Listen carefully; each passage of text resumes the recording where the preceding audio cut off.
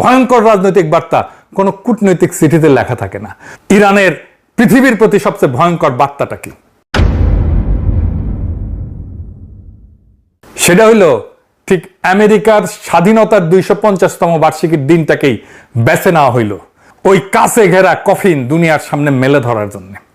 Washington যখন 4 জুলাই আতশবাজি ফোটাইতেছে তাদের স্বাধীনতার 250তম বার্ষিকী উদযাপনের জন্য, সেই একই দিনে তেহরানের মসাল্লায় লক্ষ লক্ষ মানুষ বুক চাপড়ায় কাঁদতেছে কাছে ঘেরা এক কফিনকে ঘিরা, যেখানে সুপ্রিম লিডারের সাথে শুয়ে আছে প্রথম হামলায় নিহত পরিবারের আরো 4 জন। ইরান আমেরিকার এই উদযাপনকে মিথ্যা প্রমাণ করে দিল কয়েকটা কফিন দিয়া। ইরান এখানে আর একটা বড় খেলা খেলছে। কি খেলা? এই অবিশ্বাস্য জনসমুদ্র, এই কান্নার ওই পারে আসল খেলাটা কি?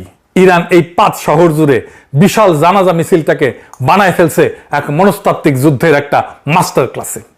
শোকের এই গোটা রাষ্ট্রীয় স্পেকটাকেলটাকে তারা পর্দার আড়ালের শান্তি আলোচনায় একটা শক্তিশালী অস্ত্র হিসেবে ব্যবহার করছে। ইরান শান্তি আলোচনায় কি কি আদায় করতে চাইতেছে এখন? হরমুজ প্রণালী, যেই প্রণালী দিয়ে একসময় দুনিয়ার 1/5 তেল গ্যাস যাইত, তার উপরে নিজেদের নিয়ন্ত্রণ নিরঙ্কুশ কইরা ইরান যুদ্ধের একটা স্থায়ী সমাপ্তি আদায় করতে চাইতেছে। ইরানের চিফ নেগোসিয়েটর কাজেম গরিবাবাদী সরাসরি ফ্রান্স আর ব্রিটেনকে কঠোর প্রকাশ্য হুঁশিয়ারি দিছে। কারণটা কি? কারণটা স্টারমার আর ম্যাখো একটা যৌথ বিবৃতি দিছিল, যেখানে তারা প্রয়োজনে হরমুজে একটা বহুজাতিক নৌ মিশন মোতায়েনের প্রস্তুতির কথা বলছিল। গরিবাবাদীর জবাব হরমুজের নিরাপত্তা উপকূলীয় রাষ্ট্রগুলোর হাতে। সংকট সৃষ্টিকারীদের তাদের দুঃসাহসিকতার পরিণতির জন্য জবাবদিহি করতে হবে। এইটা একটা গুরুতর সতর্কবার্তা। এইবার আসেন আসল চমকে। কি সেটা? কোরআনের আয়াত দিয়া কূটনীতি, সবচেয়ে চতুর চাল। এই জানা যায় ইরান এমন একটা জিনিস করছে যেটা বিশ্লেষকরা বলছে ফিউনারেল ডিপ্লোমেসি, জানাজার কূটনীতি। 30টার বেশি বিদেশি প্রতিনিধি দল খামেনির কফিনে শ্রদ্ধা জানাইতে আসছে।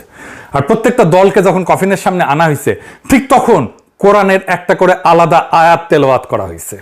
এইটা পাবলিক ডিপ্লোমেসিতে একটা নতুন জিনিস, যা আগে কখনো হয় নাই, এক অভাবনীয় উদ্ভাবন। আসেন আয়াতগুলো একটা একটা করে দেখি, আর দেখেন কিভাবে প্রত্যেকটা রাষ্ট্রকে তার প্রাপ্য অনুযায়ী বার্তা দেওয়া হয়েছে। তার আগে আর একটা জিনিস বলে নিই, ইরানের চোখে বিদেশি রাষ্ট্রগুলো 2 ভাগে বিভক্ত। এক ভাগ হইল রেজিস্ট্যান্স ক্যাম্প, যেমন হামাস, হিজবুল্লাহ, ইসলামিক জিহাদ, হাস্ত আল শাবি, লেবানন, এরা ইরানের আদর্শিক যুদ্ধের সহযোদ্ধা। ইসরায়েল আমেরিকার বিরুদ্ধে একই কাতারের লড়াকু এরা। এদের আয়াত দেওয়া হয়েছে যুদ্ধ অঙ্গীকার, শহীদ বিজয়ের, অর্থাৎ তোমরা আমাদের সৈনিক, আমাদের সহযোদ্ধা, আমাদের কমরেড। আর এক ভাগ হইল মিশর, কাতার, তুরস্কের মতো রাষ্ট্র। এদের বেলায় ইরানের বার্তাটা মূলত তোমরা জানাজায় আসছো, আমাদের বৈধতা দিছো, এই জন্য ধন্যবাদ, কিন্তু তোমরা আমাদের যুদ্ধের সৈনিক না। তাই এদের দেওয়া হয়েছে প্রশংসার আয়াত, জান্নাত, সন্তুষ্টি, কিন্তু যুদ্ধ বা সহযোদ্ধার আয়াত না। হামাসকে কি বলা হইল? বাংলা হইতেছে মুমিনদের মধ্যে এমন কিছু মানুষ আছে যারা আল্লাহর সঙ্গে করা অঙ্গীকার সত্য প্রমাণ করছে। তাদের কেউ কেউ নিজেদের অঙ্গীকার পূর্ণ করছে, আর কেউ কেউ অপেক্ষায় আছে।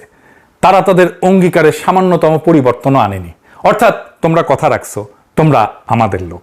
হিজবুল্লাহকে কি বলা হলো? বাংলা হইতেছে তোমরা দুর্বল হও না, দুঃখ করো না। যদি তোমরা সত্যিকারের মুমিন হও তবে তোমরাই বিজয়ী হবে। যদি তোমরা আঘাত পেয়ে থাকো, তারাও অনুরূপ আঘাত পাইছে। আমরা মানুষের মধ্যে পালাক্রমে বিজয় এবং পরাজয়ের দিন ঘুরায় দিই, আর আল্লাহ জালিমদের ভালোবাসেন না। নাসরুল্লাহর মৃত্যুর পরে ভেঙে পড়া হিজবুল্লাহকে সোজা সান্ত্বনা আর সাহস।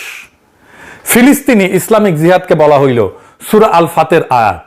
বাংলা হইতেছে যাতে আল্লাহ তোমার অতীত এবং ভবিষ্যতের ত্রুটি ক্ষমা করেন এবং আল্লাহ তোমাকে এক মহাবিজয়ের সাহায্য দান করেন। সুস্পষ্ট বিজয়ের বার্তা। সিনকে দেওয়া হইল আর এক আয়াত। বাংলা হইতেছে আল্লাহ এটি করেছেন শুধু তোমাদের জন্য সুসংবাদ হিসাবে এবং তোমাদের হৃদয়কে আশ্বস্ত করার জন্য, আর বিজয় তো কেবল আল্লাহর পক্ষ থেকেই আসে। একটা ইতিবাচক বন্ধুত্বপূর্ণ আয়াত। ইরাকের হাস্ত আল শাবি বা পিএমইউ বাহিনীকে বলা হলো যারা আল্লাহর পথে শহীদ হয়েছে তাদের মৃত বলো না, বরং তারা জীবিত, কিন্তু তোমরা তা উপলব্ধি করতে পারো না। শহীদের মৃত্যুর আয়াত। আর এবার সবচেয়ে আলোচিত এবং সবচেয়ে ধারালো আয়াতটা সৌদি আরবকে।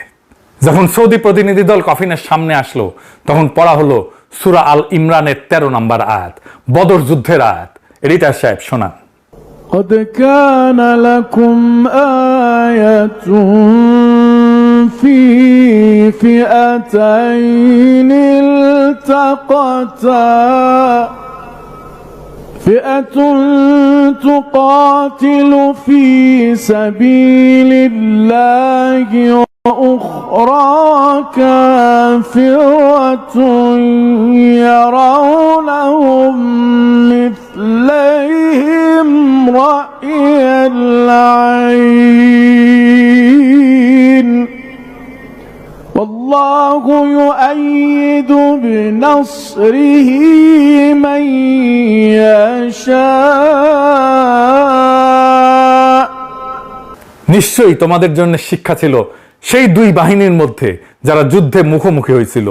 একদল আল্লাহর পথে যুদ্ধ করছিল আর অন্য দল ছিল অবিশ্বাসী। নিশ্চয়ই এতে অন্তর্দৃষ্টি সম্পন্ন মানুষের জন্য শিক্ষা রয়েছে। ভয়ঙ্কর খোঁচা। বদর যুদ্ধ যেখানে ছোট্ট একটা মুসলিম বাহিনী বিশাল শত্রুকে হারাই দিছিল, আর বদর হয়েছিল আজকে সৌদি আরবের মাটিতেই। সৌদি আরব যুদ্ধের সময় আমেরিকাকে নিজের ভূখণ্ড ব্যবহার করতে দিছিল, কিন্তু ইরান ছোট বাহিনী হয়েও বিজয় অর্জন করলো। বদর যুদ্ধের সাথে নিজেকে অ্যালাইন করলো ইরান। কাতারকে দেওয়া হইল ইসলামিক জিহাদের মতোই সেই আল ফাতার আয়াত, যাতে আল্লাহ তোমার অতীত ও ভবিষ্যতের ত্রুটি ক্ষমা করেন, আল্লাহ তোমাকে এক মহাবিজয়ের সাহায্য দান করেন। তবে কাতারের বেলায় এর মানে নরম, কারণ কাতার মধ্যস্থতাকারী। সমর্থনের জন্য ধন্যবাদ। তুরস্ককে বলা হইল আল্লাহ তাদের মর্যাদা বাড়িয়ে দিয়েছেন, যারা নিজেদের সম্পদ এবং জীবন দিয়ে সংগ্রাম করে তাদের তুলনায় যারা ঘরে বসে থাকে। আঙ্কারা ঘরে বসে থেকে সতর্ক ভূমিকা নিয়েছিল, সেই দিকেই ইঙ্গিত দিছে ইরান। পাকিস্তানে দেওয়া হইল সূরা আল ইসরার আয়াত, হে আমার রব, আমাকে সম্মানের সঙ্গে প্রবেশ করান এবং সম্মানের সঙ্গে বের করে আনেন, আর আপনার পক্ষ থেকে আমাকে সহায়ক কর্তৃত্ব দান করেন। সততা আর বৈধ কর্তৃত্বের জন্য দোয়া, সহায়তার জন্য দোয়া। আর মিশরকে বলা হইল